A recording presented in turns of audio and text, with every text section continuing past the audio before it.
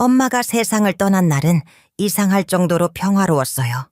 하늘은 맑았고 바람도 부드럽게 불었고 나무잎은 그저 조용히 흔들리고 있었죠.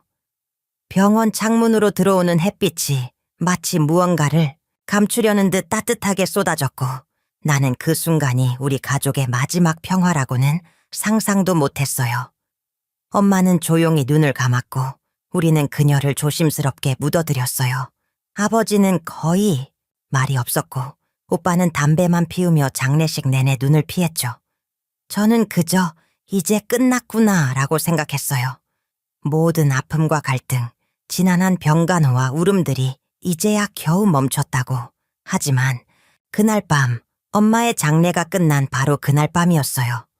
오빠가 술에 취해 돌아오더니 거실에 털썩 앉아 한참을 울더군요. 저는 그저 말없이 옆에 앉아 있었어요. 어릴 때부터 오빠는 쉽게 울지 않는 사람이었거든요. 그런데 그날 그가 입을 열었을 때 세상이 뒤집혔어요. 누나, 엄마한테 다른 가족이 있었어. 무슨 말이야? 진짜야. 나도 오늘 처음 들었어. 엄마 유품 정리하다가 이상한 앨범이랑 편지를 찾았어. 처음엔 장래의 충격 때문이라고 생각했어요. 말도 안 되는 소리라고 웃어넘기려 했죠. 그런데 그가 조심스럽게 꺼낸 오래된 앨범 속 사진을 보자마자 숨이 멎는 줄 알았어요. 사진 속 엄마는 우리가 아는 엄마가 아니었어요. 한복을 곱게 차려입고 웃고 있었고 옆에는 낯선 남자와 두 아이가 있었어요. 아이들 얼굴은 낯설지만 동시에 어딘가 익숙했어요. 특히 여자아이. 어릴 적 제 모습과 너무도 닮아 있었거든요. 이게 뭐야? 장난하지 마. 진짜야.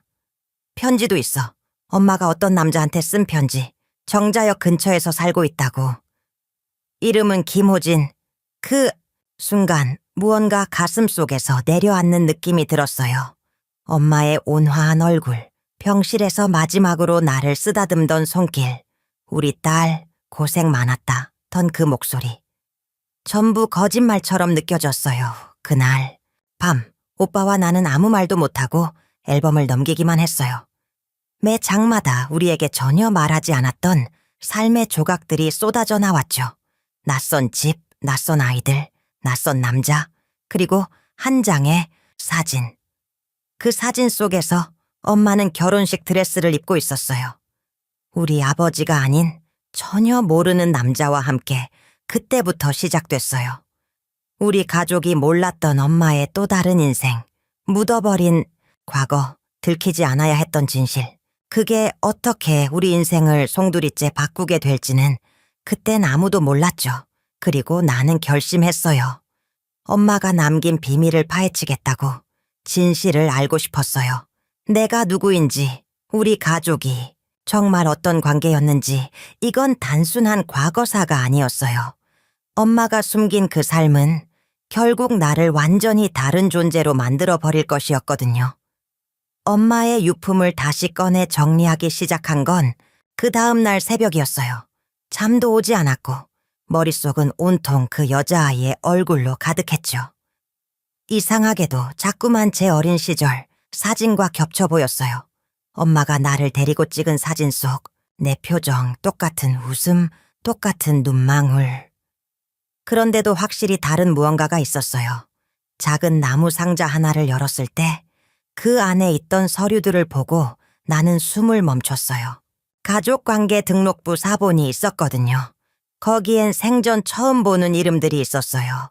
김호진, 엄마의 배우자, 그리고 김소연, 김수혁, 자녀. 그 순간 모든 게 멍해졌어요. 엄마는 우리 아버지와 혼인신고를 한 적이 없었어요. 나는, 우리 오빠는 법적으로 존재하지 않는 아이들이었던 거예요. 엄마가 공식적으로 남긴 가족은 우리와 전혀 상관없는 사람들이었어요. 그럼 엄마는 아빠랑 그냥 입에서 말이 채 나오기도 전에 눈물이 뚝 떨어졌어요. 오빠는 그날 밤부터 술을 입에 달고 살았어요. 아버지는 아무 말 없이 일만 다녀오셨고요. 어쩌면 아버지는 알고 있었던 걸까요? 아냐, 아버지 성격상 그걸 알면서 가만히 수 있었을 리 없죠. 그는 엄마를 끔찍이 사랑했어요. 늘 조용히, 하지만 누구보다 깊이. 며칠 후 나는 앨범에 있던 주소 하나를 추적했어요. 사진 뒷면에 연필로 흐리게 적혀 있던 그 주소. 서울 정자역 근처에 어느 낡은 빌라였어요. 무작정 찾아갔죠. 혹시나 이사 갔을지도 모르니까 그저 확인이라도 하고 싶었어요. 문 앞에서 몇 분간 숨을 고르며 망설이다가 벨을 눌렀어요. 초인종 소리가 작게 울리고 한참을 기다린 끝에 마침내 문이 열렸어요. 나와 마주선 여자는 내가 앨범 속에서 봤던 그 여자아이였어요. 아니, 이제는 아이가 아니라 나와 비슷한 또래의 중년 여성이었지만 단번에 알 수 있었어요. 그 눈빛, 그 이마선, 심지어 눈썹의 각도까지도 너무 닮았으니까요. 누구세요? 그 목소리를 들었을 때 나도 모르게 울컥했어요. 말이 나오지 않았고 목이 막혔어요. 손에 들고 있던 사진 한 장을 조용히 내밀었죠. 그녀는 사진을 보고 잠시 굳더니 입을 떼었어요. 엄마, 그녀의 눈이 커졌고 내 눈엔 눈물이 차올랐어요. 우리는 서로 아무 말도 하지 않고 그대로 몇 분을 마주보고만 있었어요. 그 짧은 침묵 속에서 나는 이상한 기시감을 느꼈어요. 마치 오래전부터 이 사람을 알고 있었던 것처럼. 저 김영희입니다. 당신 어머니 조은숙 씨의 딸이에요. 그녀는 그대로 문틀에 기대며 주저앉았어요. 그리고 떨리는 목소리로 말했어요. 그럴 줄 알았어요. 언젠가는 누군가 올 줄. 그녀, 김소연 씨는 엄마가 남긴 또 다른 시간 속에서 자라난 나와는 전혀 다른 인생을 살아온 사람이었어요. 그날 우리는 처음 만났고 동시에 가장 깊은 상처를 공유하게 되었어요. 그녀는 나에게 말했어요. 엄마는 매년 생일마다 몰래 편지를 보냈어요. 그런데 어느 순간부터 연락이 끊겼어요. 난 그게 엄마가 날 잊은 거라고만 생각했는데 그날 저녁 우리는 함께 앉아 엄마를 이야기했어요. 그녀에게는 따뜻하고 다정한 엄마였고 내게도 엄마는 그런 사람이었어요. 그런데 왜 우리는 따로 살아야 했을까요? 왜 그토록 많은 세월을 서로 모른 채 지나쳐야 했을까요? 그 질문이 내 안에서 점점 자라나기 시작했어요. 그리고 나는 알 수 있었어요. 엄마의 비밀은 여기서 끝이 아니라는 것을. 그녀는 두 가정을 만든 것이 아니라 두 생을 동시에 살아야 했던 여자였어요. 그리고 그 이유를 알아야만 했어요. 나도, 소연 씨도. 우리가 서로를 이해하려면 엄마를 먼저 이해해야 했으니까요. 그날 이후 나와 소연 씨는 매일같이 연락을 주고받기 시작했어요. 처음에는 어색하고 조심스러웠지만 점점 서로의 말투에 익숙해졌고 엄마에 대한 기억들을 하나씩 꺼내놓으면서 이상한 동질감이 생기더라고요. 마치 서로 다른 방향으로 뻗어간 나무의 가지들이 결국 같은 뿌리에서 나왔다는 걸 확인하는 느낌이랄까요. 소연 씨는 나에게 그동안 몰랐던 엄마의 모습들을 들려줬어요. 특히 젊은 시절의 엄마. 머리에 스카프를 둘러매고 미싱 앞에 앉아 밤늦게까지 일하던 모습. 일요일 아침마다 손수해주던 미역국의 냄새. 아이가 아플 때는 가게 문을 닫고 하루 종일 곁을 지키던 사람. 그 이야기를 듣는 동안 나도 모르게 눈물이 흘렀어요. 우리 엄마, 그렇게 다정한 사람이었어? 화를 내도 꼭 안아줬어. 무섭지 않은 사람이었어. 그 말이 이상하게 마음을 찔렀어요. 나는 그런 엄마를 거의 본 적이 없었거든요. 우리 엄마는 항상 피곤하고 예민하고 뭐든 참으려 애쓰는 얼굴이었어요. 나는 늘 엄마에게 죄송했어요. 뭘 해도 만족하지 못하게 만드는 딸이라는 죄책감 같은 게 있었거든요. 소연 씨는 그런 엄마의 모습을 들려주며 내게 조심스럽게 말을 건넸어요. 그런데 어느 날 갑자기 엄마가 사라졌어. 아빠한테도 말없이. 그냥 없어졌어. 몇 달 동안 기다렸는데 결국 돌아오지 않았어. 나는 그 말을 듣고 숨이 턱 막혔어요. 엄마가 떠났다고? 이유도 없이? 그러고는 우리 아버지와 살게 된 거라고? 무슨 말인지 이해가 안 됐어요. 그럼 언제야 그게? 내가 초등학교 5학년이었으니까 아마 1981년쯤. 나는 그 순간 머릿속이 얼어붙는 느낌이 들었어요. 1981년. 그건 바로 엄마가 우리 아버지를 처음 만났다고 했던 해였어요. 어린 시절 엄마는 늘 이렇게 말했죠. 너희 아버지를 만난 건 운명이었어. 그 해 여름 내가 정말 힘들 때 그 사람이 나에게 손을 내밀었단다. 하지만 지금 생각해보면 그 말은 정확했어요. 정말 힘들 때. 그러니까 엄마는 가족을 두고 떠났던 거예요. 소연 씨와 그리고 그녀의 아버지와의 삶을 등지고 완전히 다른 사람으로 다시 태어났던 거죠. 나는 차마 그 사실을 아버지에게 말할 수가 없었어요. 너무 잔인하잖아요. 아버지는 지금도 엄마의 사진을 지갑에 넣고 다니세요. 아침마다 그 사진을 보고 인사하는 걸 난 늘 지켜봤어요. 그날 밤 집으로 돌아와서 엄마의 편지를 다시 펼쳤어요. 빛이 바랜 글씨 조심스레 눌러 쓴 단어들, 그리고 마지막 줄에서 나는 떨리는 눈으로 문장을 읽었어요. 소연아, 엄마는 아주 나쁜 사람일지도 몰라. 하지만 그땐 살고 싶었단다. 너를 얼마나 그리워했는지. 그건 아마 죽어서도 갚지 못할 거야. 그 문장을 읽고 나는 한참을 울었어요. 어머니가 살아계실 때 단 한 번도 그런 이야기를 들은 적이 없었어요. 그녀는 늘 침묵했죠. 조용히 묵묵히 그저 지금의 가족을 지켜내기 위해 하루하루를 버텼던 거예요. 하지만 그녀 안에 또 다른 세계가 있었어요. 우리가 모르는 시간들, 우리가 모르는 죄책감, 우리가 모르는 사랑. 덕 소연 씨는 그 후로도 내게 더 많은 이야기를 들려줬어요. 엄마가 요리하던 방식, 노래 부르던 목소리, 어린 시절 잠들기 전에 불러주던 자장가까지 그 모든 게 낯설고도 익숙했어요. 그리고 나는 처음으로 깨달았어요. 어머니는 두 삶을 살았던 게 아니라 하나의 삶을 둘로 나눠야만 했던 여인이었다는 것을. 그녀는 한 번도 행복할 틈이 없었겠구나. 그런 생각이 들자 엄마가 왜 항상 피곤한 눈빛으로 날 바라보았는지 이해가 되었어요. 내가 그녀의 두 번째 기회였구나. 그 사실을 받아들이는 데는 시간이 필요했어요. 하지만 점점 나는 마음을 열게 되었고 소연 씨와의 관계도 조금씩 변하기 시작했어요. 그리고 운명처럼 어느 날 소연 씨가 나에게 말했어요. 언니, 아버지를 한번 만나볼래요? 그 순간 심장이 멎는 듯 했어요. 너희 아버지 아직 살아계셔? 응, 혼자 계셔, 오래전부터. 엄마가 떠난 이후로 다시는 다른 사람을 만나지 않으셨어. 나는 숨을 길게 들이쉬었어요. 이제 정말 더 깊은 진실을 마주해야만 했어요. 며칠 동안 나는 고민에 고민을 거듭했어요. 만나야 할까 말아야 할까. 아무리 생각해도 쉽게 답이 나오지 않았어요. 그 사람은 나에게 아무것도 아닌 남자였지만 동시에 내 어머니가 한때 사랑했고 가정을 이뤘던 남자였어요. 그리고 소연 씨의 아버지 그를 만난다는 건 단순히 얼굴을 보는 문제가 아니었어요.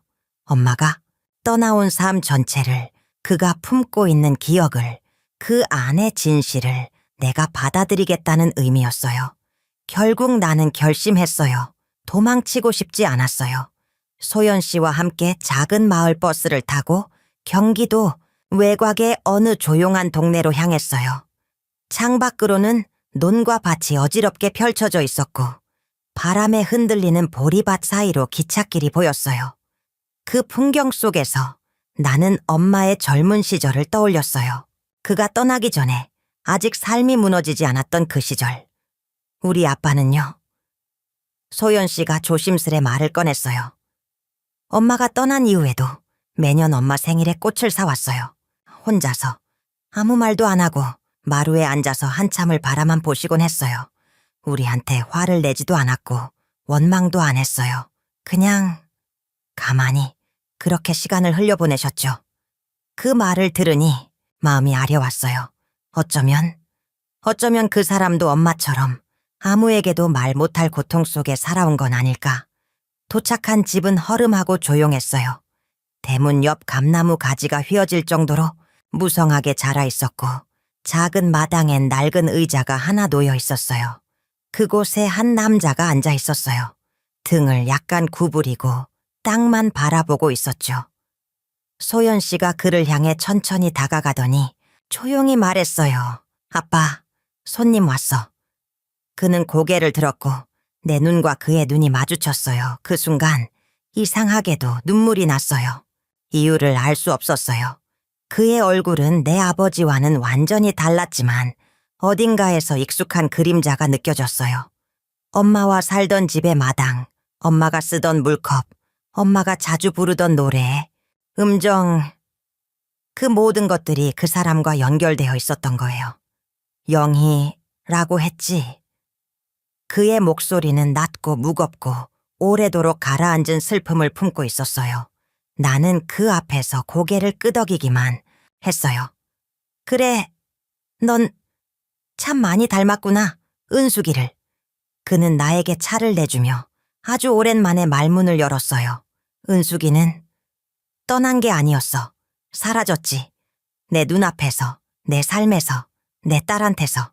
처음엔 내가 뭘 잘못했는지 생각도 했고 나중엔 그냥 내가 그 여자를 몰랐던 거라고 받아들였어. 그녀가 누구였는지, 내가 알았던 게 진짜였는지 아니었는지 이제 와서도 잘 모르겠어. 나는 조심스레 입을 열었어요. 왜 떠났는지 아세요? 그는 한참을 침묵하다가 고개를 끄덕였어요. 가난했지. 많이 힘들었어. 그 애는 그 힘든 세월을 견딜 사람이 아니었어. 사랑은 있었지만 현실은 너무 잔인했거든. 은숙이는 늘 자유롭고 싶어 했어. 자기를 위해 살아보고 싶다고 했지. 근데 그게 결국 우리를 버리는 일이었어. 나는 고개를 숙였어요. 그럼에도 불구하고 그 사람은 우리에게 최선을 다했어요. 우리 아버지에게, 저에게. 아무것도 모른 채 살아왔던 우리에게는 늘 헌신적인 엄마였어요. 그는 살짝 웃었어요. 슬픈 미소였어요. 그 사람은 아마 두 생을 동시에 살았던 거야. 너희 아버지한테도, 나한테도, 그리고 너희 둘한테도. 어쩌면 그건 용서받을 일이 아닐지도 모르지만 난 그래도 고마웠어. 살아있어줘서. 한때라도 내 곁에 있어줘서. 그 말이 내 가슴을 찔렀어요. 그날 우리는 오래도록 그를 바라보며 엄마를 이야기했어요. 엄마가 남긴 사랑, 이별, 침묵, 그 모든 것이 너무 복잡해서 정리되지 않았지만 분명한 건 하나였어요. 엄마는 우리 모두를 사랑했던 사람이었다는 것. 단지 그 사랑을 감당할 수 있는 방식이 그녀에게는 너무 벅찼을 뿐이라는 것. 그날 밤 집으로 돌아오는 버스 안에서 소연 씨가 조용히 내 손을 잡았어요. 언니, 이제 우리 어떻게 해야 할까? 나는 그녀를 바라보며 천천히 대답했어요.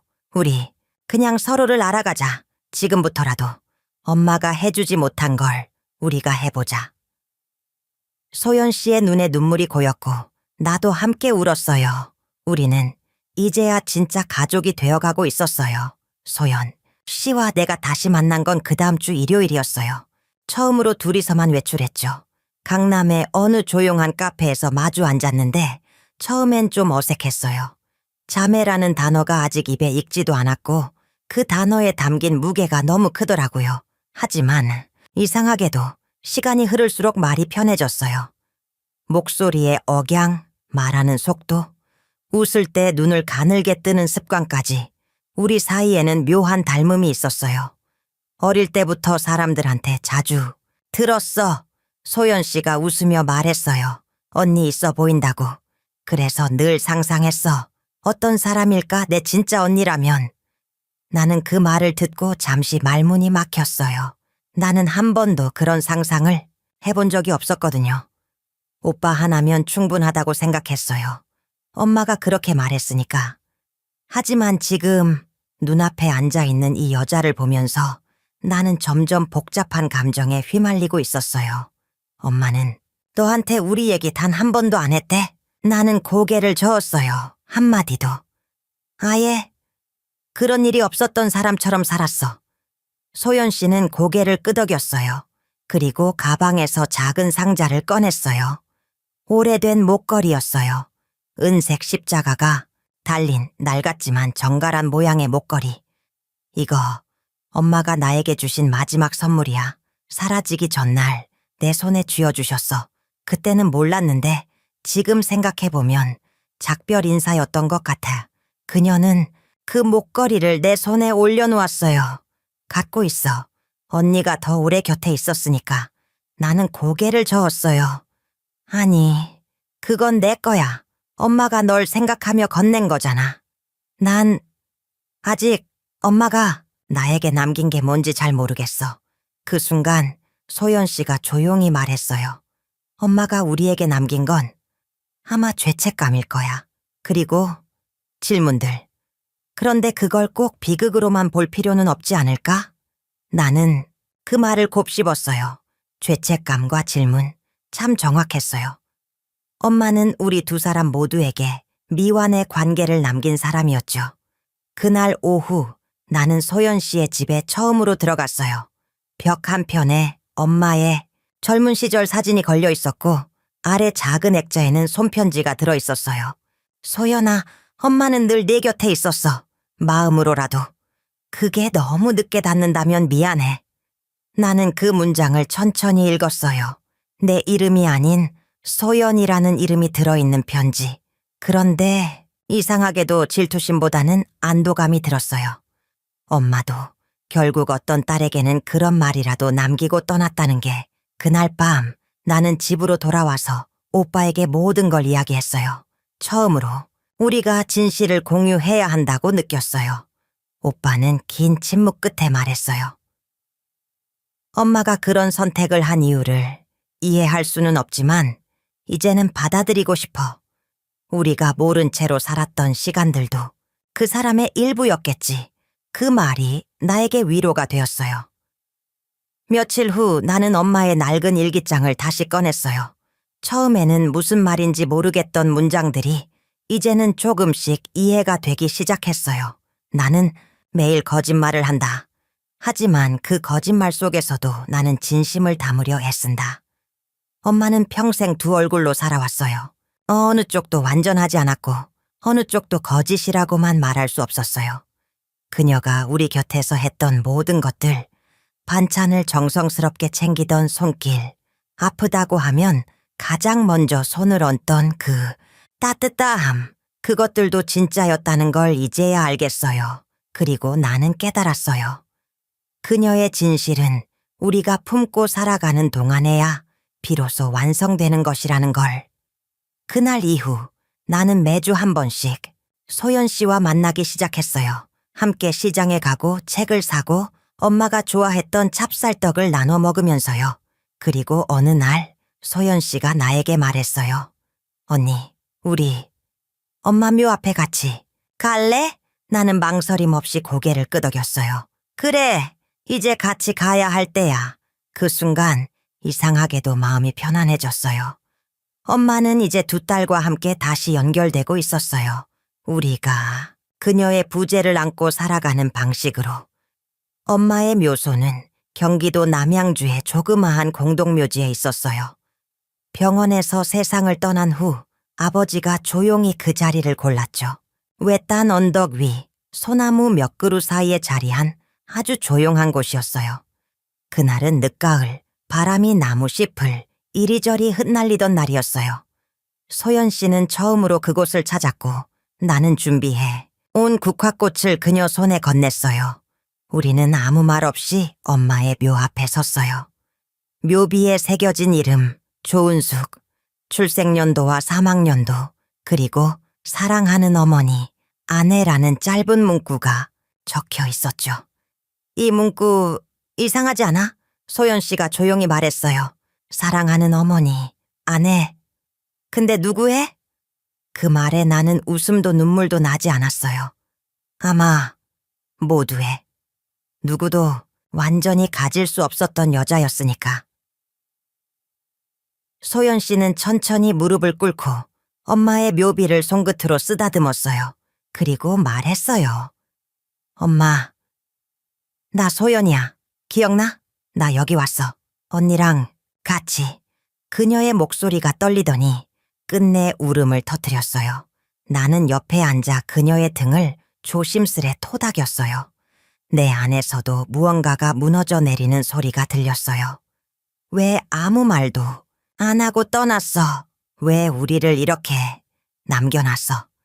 그녀의 울음은 억눌린 세월의 파편처럼 거칠었어요. 나는 그 앞에서 아무 말도 할 수 없었어요. 대신 엄마의 무덤을 바라보며 마음속으로 말했어요. 엄마, 이제야 알 것 같아. 당신이 얼마나 외로웠는지, 얼마나 겁났는지, 한쪽을 택하면 한쪽을 버려야 한다는 그 현실이 얼마나 두려웠는지. 그래서 당신은 결국 둘 다 안고 숨었구나. 우리는 한참을 거기 앉아 있었어요.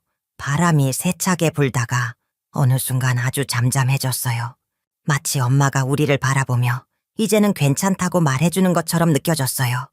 그날 저녁 집에 돌아와서 나는 엄마의 낡은 앨범을 다시 펼쳤어요. 그런데 그 속에서 그동안 보지 못했던 사진 한 장이 툭 하고 나왔어요. 작은 흑백 사진. 그 안에는 젊은 엄마가 양손에 아기 하나씩을 안고 있었어요. 왼쪽은 아마도 나, 오른쪽은 소연 씨였던 것 같았어요. 그 미묘한 닮음, 그리고 엄마의 눈빛 사진 뒤에는 낡은 펜으로 적힌 문장이 있었어요. 나의 두세 개, 사랑해. 나는 그 문장을 한참 바라보다가 조용히 가슴에 안았어요. 그날 밤 꿈을 꿨어요. 엄마가 부엌에서 무언가를 끓이며 등을 보이고 있었고 나와 소연 씨는 같은 식탁에 앉아 있었어요.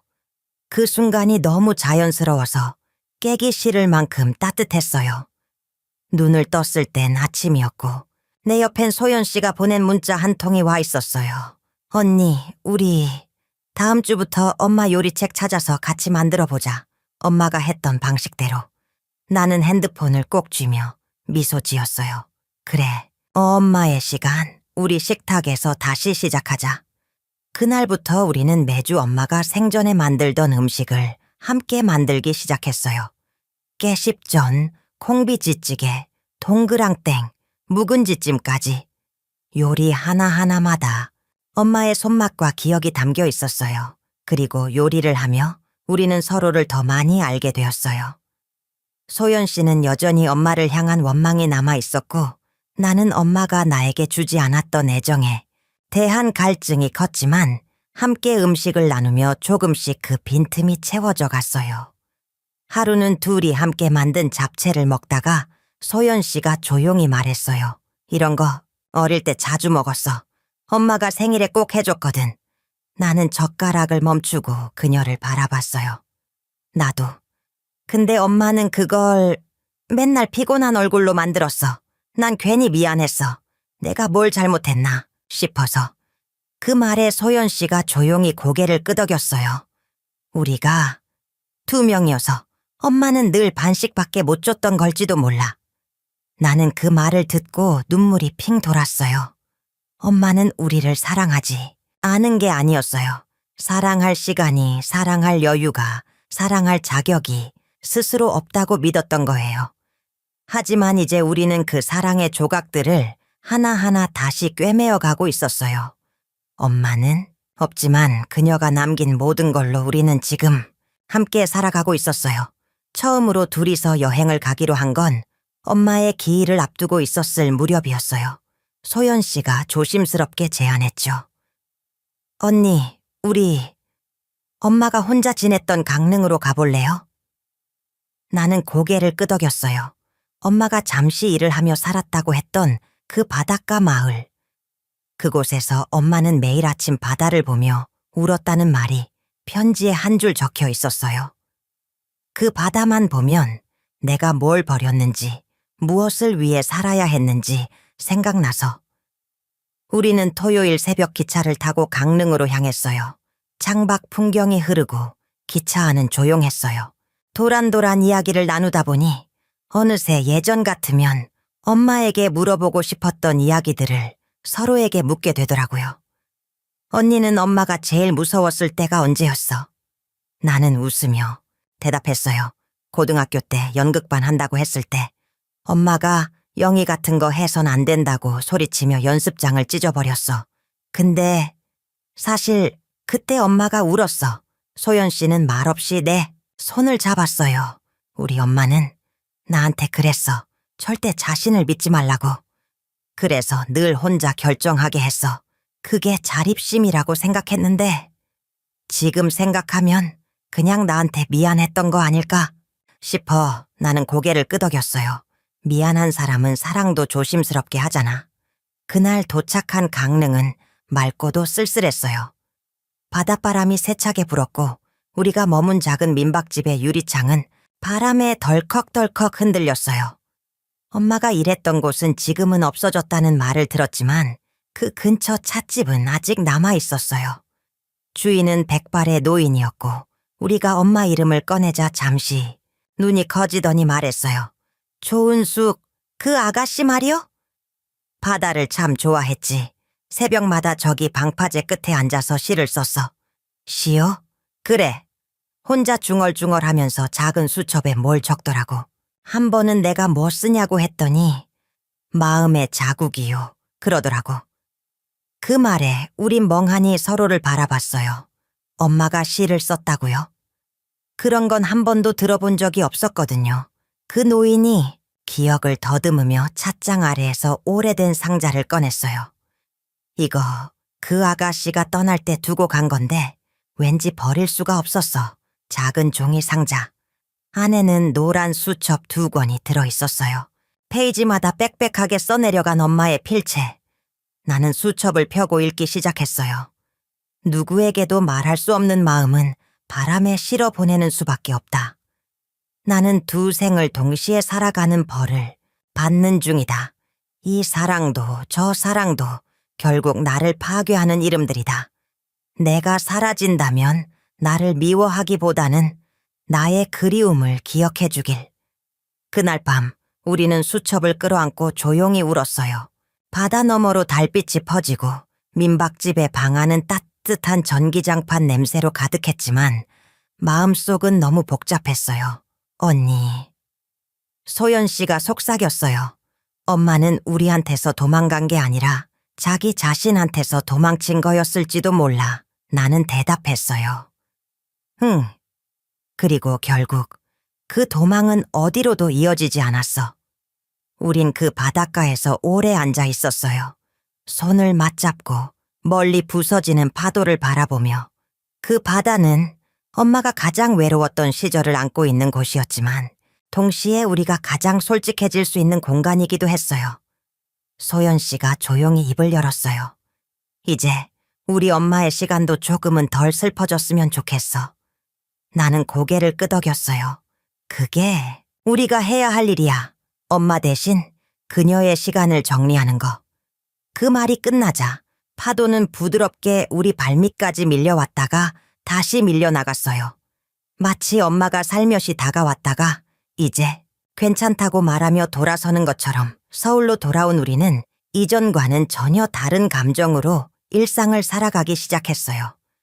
더 이상 엄마를 원망하는 일도 그녀를 이해하려 애써 억지로 감싸 안는 일도 하지 않았어요. 그냥 그녀를 하나의 사람으로 받아들이기로 했어요. 사랑했고 두려웠고 선택을 했고 후회했을 그런 한 사람으로요. 엄마가 남긴 2권의 시 수첩은 우리가 매주 모이는 시간의 중심이 되었어요. 우리는 한 편씩 소리내어 읽었고 그 시 속에 숨어있는 엄마의 감정을 해석하듯 이야기 나눴어요. 어떤 날은 엄마가 쓴 시를 바탕으로 직접 반찬을 만들었고 어떤 날은 아무 말 없이 둘이 나란히 앉아 손을 잡은 채 멍하니 앨범을 넘기기만 했죠. 오빠도 서서히 달라졌어요. 처음엔 소연 씨를 보는 게 불편했는지 만나기를 꺼려했지만 어느 날 그녀가 직접 만든 동태전을 건네며 문 앞에 선 날 오빠는 말없이 문을 열어줬어요. 그쪽이 내 동생이래요. 피가 절반이라도 섞였으면 동생 맞겠죠. 오빠가 그렇게 말하자 소연 씨가 웃으며 대답했어요. 전 오빠 있는 인생 처음이에요. 잘 부탁드려요. 그 뒤로는 명절마다 셋이 함께 앉게 되었고 작은 갈등이 생길 때면 오히려 엄마의 시가 우리 사이의 중재자가 되었어요. 어느 날 오빠가 시 한 구절을 들여다보며 말했어요. 사랑은 선택이 아니라 흔들림이더라. 엄마, 참 무섭게 정확했네. 그 말에 모두가 조용해졌어요. 그리고 아무 말도 하지 않았지만 그 문장은 우리 셋의 마음을 동시에 울리고 있었어요. 사랑을 믿기엔 너무 많은 혼란을 겪은 세 사람이 그 문장 하나에 숨을 멈추듯 가만히 뻗어 있었죠. 그러던 어느 날 소연 씨가 무심한 듯 이런 말을 꺼냈어요. 언니, 우리 같이 무덤 하나 만들까? 무덤? 응. 지금 엄마는 아버지 곁에 누워있잖아. 우리 아버지. 근데 언니네 아버지와는 또 멀리 있고 결국 엄마는 죽어서도 갈라져 있는 거잖아. 나는 그 말을 듣고 한참을 생각했어요. 죽어서도 두 생을 나누어 간직해야 했던 여자, 그리고 어느 순간 그 아이디어가 이상하리만큼 따뜻하게 느껴졌어요. 기억 공간처럼 만들면 어때? 납골묘도 아니고 무덤도 아니고 그냥 엄마를 위한, 우리가 함께 기억할 수 있는 자리. 서울 어딘가 작은 공원 같은 데에 나무 한 그루 심고 벤치 하나 놓고 엄마가 쓴 시를 새긴 작은 돌비석 세워두고. 그 구상은 점점 구체화되었어요. 오빠는 조용히 그 계획을 듣고 있다가 고개를 끄덕였어요. 좋네. 엄마가 편하게 앉아 있을 수 있는 자리. 너희 둘이 와서 말도 걸고 싸우면 화해도 하고. 우리는 함께 장소를 알아보기 시작했어요. 서울 근교의 공원묘지, 기억정원, 작은 시공간을 빌릴 수 있는 장소들. 그러다 우연히 엄마가 생전에 좋아했던 단골 책방 뒤편에 있는 작은 숲길이 눈에 들어왔어요. 햇빛이 부드럽게 스며들고 가을이면 낙엽이 수북이 쌓이는 고요한 길, 그곳에 조용한 벤치 하나가 이미 놓여 있었고 우리는 거기에 엄마를 앉히기로 했어요. 여기라면 엄마도 외롭지 않겠지? 벤치 옆에는 돌 하나를 눕혀 새겼어요. 사랑은 흔들리지만 남는다. 좋은 숲 그 아래 우리가 남긴 문장도 있었어요. 당신의 두 딸이 당신의 시간을 이어갑니다. 그곳은 이제 엄마의 세 번째 집이 되었어요. 어느 누구에게도 완전히 속하지 않았던 엄마의 영혼이 비로소 자신의 자리에서 쉬어갈 수 있는 단 하나의 공간. 가끔씩 나는 그곳에 들러 커피를 놓고 엄마가 쓰던 단어들을 조용히 되뇌어요. 그리고 내 옆에는 늘 소연 씨가 앉아 있어요. 우리는 말하지 않아도 같은 마음을 품고 있다는 걸 이제는 알아요. 엄마는 지금 우리를 통해 살아있어요. 그녀가 전하지 못했던 사랑을 우리가 서로에게 전하며 살아가고 있으니까요. 그날은 봄비가 내리던 오후였어요. 소연 씨와 나는 벤치가 있는 숲길에 나란히 앉아 엄마의 비석을 바라보고 있었죠. 비는 조용히 내렸고 공기는 묘하게 따뜻했어요. 마치 누군가 우리 곁에 앉아 말없이 우산을 씌워주는 것 같았어요. 그 순간 소연 씨가 말을 꺼냈어요. 언니, 나 사실 한 가지 말 못한 게 있어. 나는 조용히 그녀를 바라봤어요. 그녀는 깊게 숨을 들이쉬고 눈을 감았다가 다시 떴어요. 엄마가 떠나기 전날 내 손을 꼭 잡고 말했어. 소연아, 엄마는 언젠가 내 언니를 만나러 갈지도 몰라. 그 아이는 엄마가 다시 태어난 인생에서 지켜야 할 아이야. 그 말이 아직도 내 머릿속을 떠나지 않아. 그녀는 떨리는 손으로 눈물을 닦으며 계속 말했어요. 그때는 무슨 말인지 몰랐어. 그냥 언니 같은 존재가 있었으면 좋겠다는 바람이라고만 생각했지.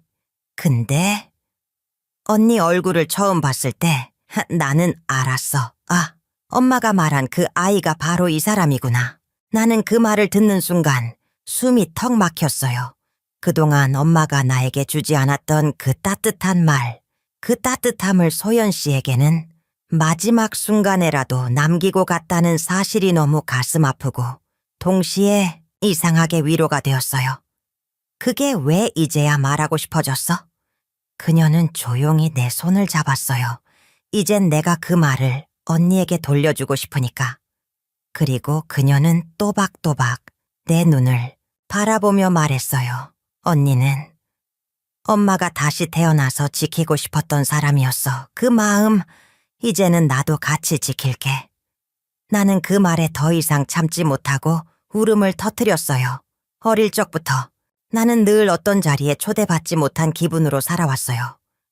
엄마의 미소는 있었지만 눈길엔 언제나 피로가 서려 있었고 나는 늘 눈치를 보며 애정을 조심스럽게 구걸하는 아이였죠.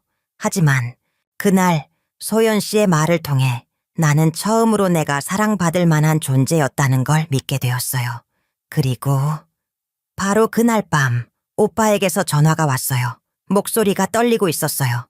아빠, 쓰러지셨어. 나는 순간 몸이 굳었어요. 지금 병원이야? 응, 응급실인데 의식이 없어. 그 통화 한 통으로 내 세계가 다시 흔들리기 시작했어요. 그토록 묵묵히 우리 곁을 지켜주던 아버지, 엄마가 떠난 뒤에도 어떤 원망도 없이 나를 키워주던 사람 뻗다 병원에 도착했을 땐 이미 아버지는 중환자실에 계셨어요. 머리맡에는 그가 늘 품에 넣고 다니던 엄마 사진이 놓여 있었어요. 아버지는 마지막까지도 그 사진을 손에 쥐고 쓰러지신 거였어요. 나는 그 장면 앞에서 무너졌어요. 가슴 속에 덜컥 무언가가 빠져나간 것처럼 그제야 진심으로 깨달았어요. 아버지는 엄마를 용서한 것이 아니었어요. 그저 묵묵히 사랑했던 거예요. 말도 하지 않고 원망도 하지 않고 그저 자신의 방식으로 그녀를 평생 품고 있었던 거예요. 며칠 후 아버지는 조용히 숨을 거두셨어요. 평온한 얼굴이었고 손에는 아직도 엄마 사진이 쥐어져 있었어요. 장례식장에서 나는 사진을 내려다보며 조용히 말했어요. 이제 당신 진짜로 엄마 곁으로 갔네요. 이번엔 엄마가 먼저 피하지 않기를. 그 말을 하고 나니 마음속 깊은 곳에서 오래된 응어리 같은 것이 조용히 풀려나갔어요. 아버지를 보내고 돌아오는 길, 소연 씨가 조용히 내 손을 잡았어요. 언니, 이젠 우리 둘이 진짜로 서로의 가족이 되자. 나는 그 말에 고개를 끄덕였어요. 그래, 이제 우리 누구도 남겨두지 말자. 그날 이후 우리는 정말로 새로운 가족이 되었어요. 피로 이어진 것보다 더 깊은 이해와 공감으로 엄마가 이뤄내지 못했던 온전한 하나르루리가 지금 비로소 만들어가고 있었어요. 아버지를 떠나보낸 후 몇 달이 흘렀어요. 사계절 중에서 내가 가장 슬퍼했던 계절, 가을이 다시 돌아왔죠. 하지만 이번엔 조금 달랐어요. 나무들은 여전히 잎을 떨구고 있었지만 그 아래에는 새로운 씨앗이 자라고 있었어요. 마치 우리가 흘린 눈물들이 뿌리가 되어 이제야 진짜 쌈을 다시 시작하는 느낌이었어요. 소연 씨는 지금 우리 동네에서 함께 작은 밥집을 운영하고 있어요. 은숙이네 밥상이라는 이름이에요. 엄마의 이름을 따서 지었죠. 메뉴는 전부 엄마가 써놓았던 레시피에서 따온 것들이고 수첩에서 발견한 시 한 줄을 메뉴판마다 새겨 넣었어요. 사랑은 흔들려도 남는다. 그리움은 밥처럼 매일 먹는 것. 나는 말 대신 반찬을 건넸다. 처음엔 손님이 몇 없었지만 지금은 단골이 꽤 생겼어요. 혼자 밥을 먹으러 오는 할머니들, 육아로 지친 엄마들, 말없이 앉아있는 아버지들. 그들은 조용히 앉아 밥을 먹고 우리가 직접 만든 음식을 통해 무언가를 받아가요. 나는 그들에게 물어보지 않아요. 그들이 무얼 잃었는지, 어떤 사랑을 견뎌왔는지. 그저 엄마처럼 조용히 국을 더 떠주고 밥 위에 반찬을 하나 더 얹어줄 뿐이죠. 어느 날은 한 할머니가 조용히 다가와 말했어요. 이 집 밥은 어쩐지 울고 싶은 맛이야. 나는 그 말이 가장 큰 칭찬처럼 느껴졌어요. 우리의 삶이, 엄마의 삶이 그렇게 누군가에게 스며들고 있었던 거예요. 오빠는 가끔 밥집에 와서 말없이 앉아 있다가요. 그리고는 꼭 벤치가 있는 숲길을 들렀다가 돌아가요. 그가 벤치에 앉아 혼잣말을 중얼거리는 걸 봤어요. 이제 당신 없이도 괜찮아. 근데 말야, 당신 딸들 참 잘 컸어. 나는 지금 매일 엄마를 기억하면서도 엄마를 그리워하지 않아요. 그건 이상한 말처럼 들릴 수도 있지만 엄마는 내 기억 속에만 있는 게 아니라 이제 내 일상 속에 함께 있기 때문이에요. 아침에 깨잎을 다듬을 때, 저녁에 국을 끓일 때, 새벽에 고무장갑을 끼고 바닥을 닦을 때 엄마는 늘 내 옆에서 움직이고 있어요. 소연 씨와 나는 이제 자매라는 말이 어색하지 않아요.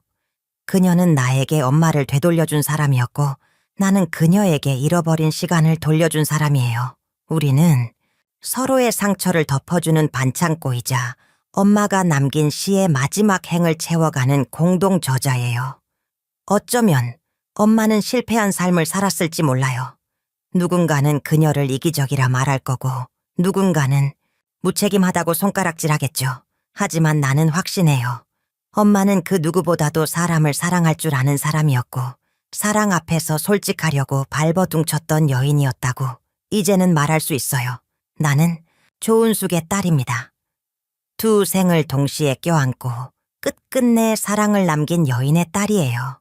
그녀를 미워했던 시간도 이해하려 애썼던 시간도 모두 다 사랑이었다는 걸 이제는 정말 알 것 같아요. 그래서 오늘도 그녀가 남긴 반찬 하나, 문장 하나, 그리고 이름 하나로 살아가요. 엄마, 이제 괜찮아요. 우린 당신 없이도 서로를 안고 잘 살아가고 있어요. 만약 이 이야기가 당신 마음속 무언가를 건드렸다면 지금 그 감정을 꼭 안아주세요. 그리고 혹시 당신도 누군가의 잊힌 가족이라면 오늘 용기 내어 그 사람을 다시 불러보세요. 조용히, 천천히, 당신만의 속도로. 그 사랑은 여전히 거기 있을지도 모르니까요.